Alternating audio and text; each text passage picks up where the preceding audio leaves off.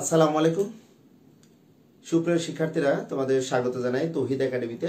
আজকে আমি তোমাদের সামনে এসএসসি পরীক্ষার্থী 2026 এ যারা অংশগ্রহণ করবে তাদের জন্য সংক্ষিপ্ত সিলেবাস নিয়ে আজকের এই ক্লাসটিতে আলোচনা করার চেষ্টা করব।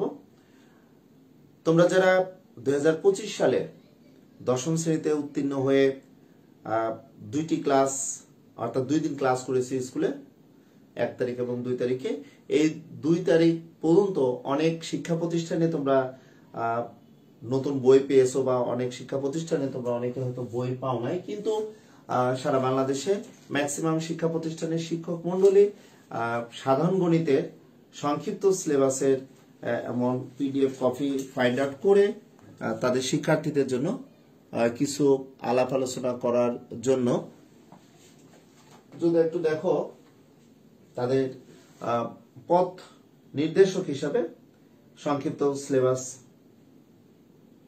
শিক্ষার্থীদের মাঝে আলোচনা করেছেন। তারই ধারাবাহিকতায় আমিও চেষ্টা করছি বা এই মুহূর্তে আমি তোমাদের এই লাইভ সেশনে জানাতে চাই যে 2026 সালের সংক্ষিপ্ত সিলেবাসে তোমাদের সামনে যে বইটি রয়েছে, এই বইটি যদি একটু দেখো সেই ক্ষেত্রে অবশ্যই তোমরা বুঝতে পারবে যে এই বইটির কভার পেজ যদি বা 2013 সালের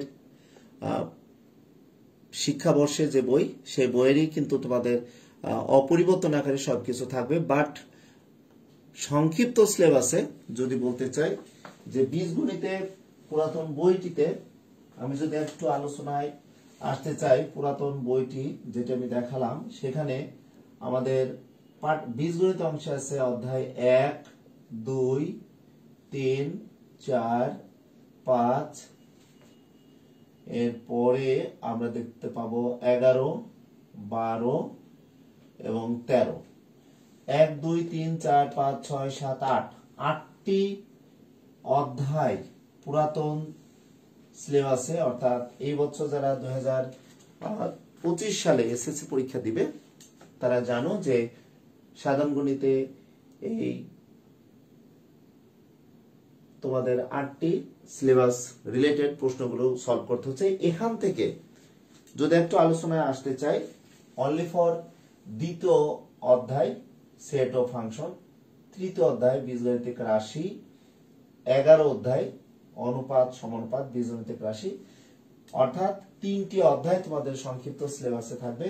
এবং আমি যদি বীজগণিতের এই 3টি অধ্যায়ে অনুশীলনীগুলো একটু দেখতে চাই, 2.1, 2.2 তোমরা 2টি অনুশীলনী পাবে, 3.1, 3.2, 3.3, 3.4, 3.5 এবং 11 অধ্যায় তোমরা পাবা 11.1, 11.2, অর্থাৎ 2 আর 5 7 আর 2 9টি অনুশীলনী তোমাদের সংক্ষিপ্ত সিলেবাসে কিন্তু পড়াশোনা করা লাগবে।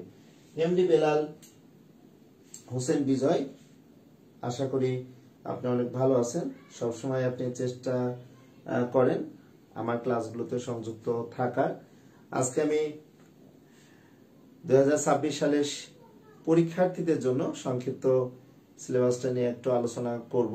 তোমরা এই মুহূর্তে যে সকল শিক্ষার্থীরা ক্লাসটিতে সংযুক্ত হয়েছো তাদের বলবো এই ক্লাসটি তোমরা খুব দ্রুত তোমাদের বন্ধুদের মাঝে শেয়ার করে দিতে পারো, যাতে তোমাদের অনেক বন্ধু এই ক্লাসটিতে সংযুক্ত অনেক উপকৃত হয়।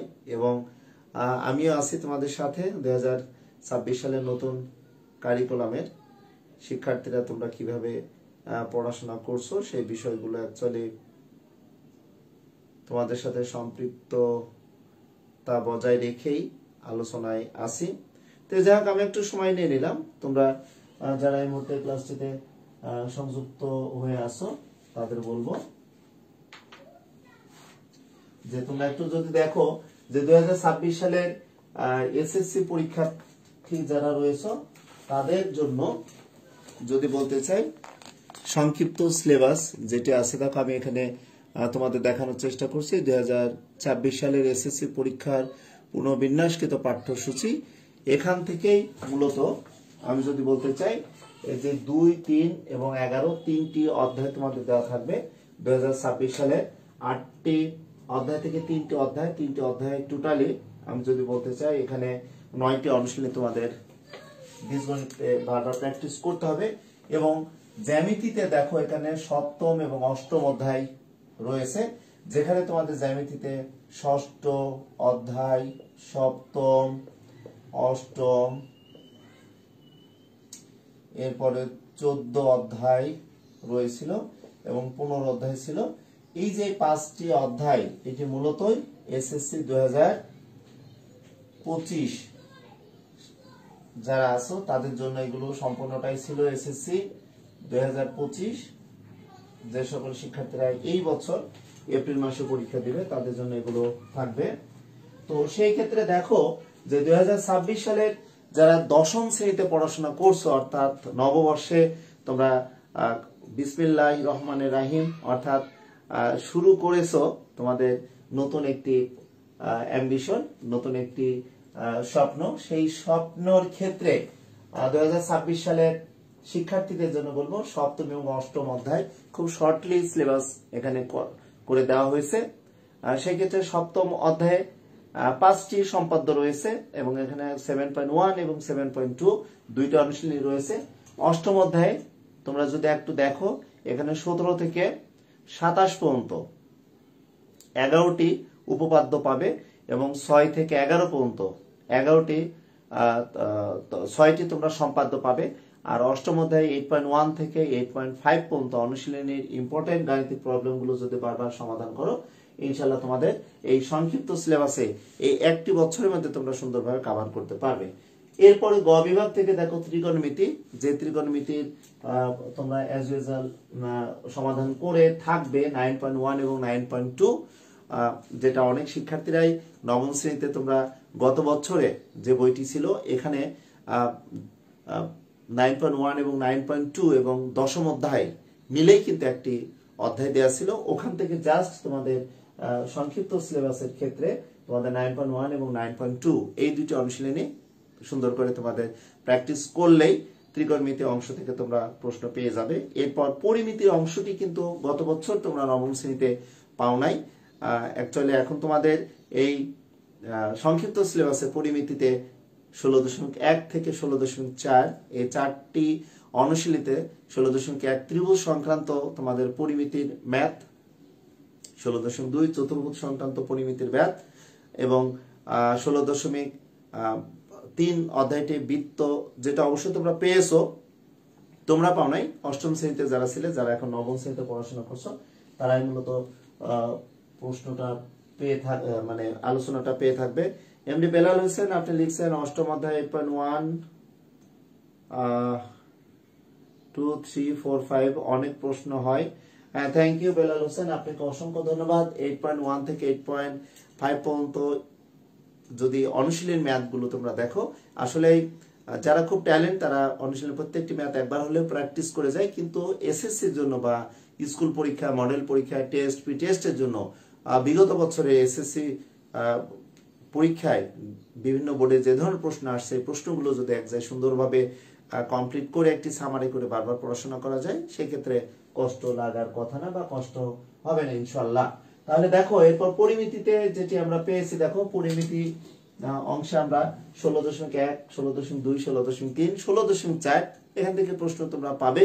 এবং অনুরোধ করব 2025 সালে যে সকল শিক্ষার্থীরা এসএসসি পরীক্ষা দিবে তাদের প্রশ্নটি তোমরা 10ই এপ্রিলের পর থেকে এসএসসি পরীক্ষা শুরুর যে প্রশ্নগুলো শেষ হওয়ার পর যে প্রশ্নগুলো তোমরা পাবে সেই প্রশ্নগুলো সুন্দরভাবে কালেক্ট করে টেস্ট পেপারগুলো সলভ করবে, অর্থাৎ এখানে ত্রিকোণমিতি এবং পরিমিতি অংশ থেকে সুন্দরভাবে তোমরা আনসার করতে পারবে। এবং লাস্ট অফ অল যেটি আসছে দেখো 17 অধ্যায় পরিসংখ্যান, এই পরিসংখ্যানের ম্যাথগুলো কিন্তু তোমরা নবম শ্রেণীতে যখন পড়াশোনা করেছো, তোমাদের সামনে যদি আমি একটু বই দেখাতে চাই, সেখানে দেখো এই বইটিতে তোমরা সংক্ষিপ্ত পদ্ধতিতে গড় করেছো, মধ্যক নির্ণয় করেছো, সারণী থেকে প্রচুরক নির্ণয় করেছো, শুধুমাত্র আয়তলে গণসংখ্যা বহুভুজ এবং অজীব রেখা কিন্তু এখানে তোমরা প্র্যাকটিস করে আসো নাই। তোমাদের এখানে এই অজীব রেখা সংক্ষিপ্ত পদ্ধতিতে গড়,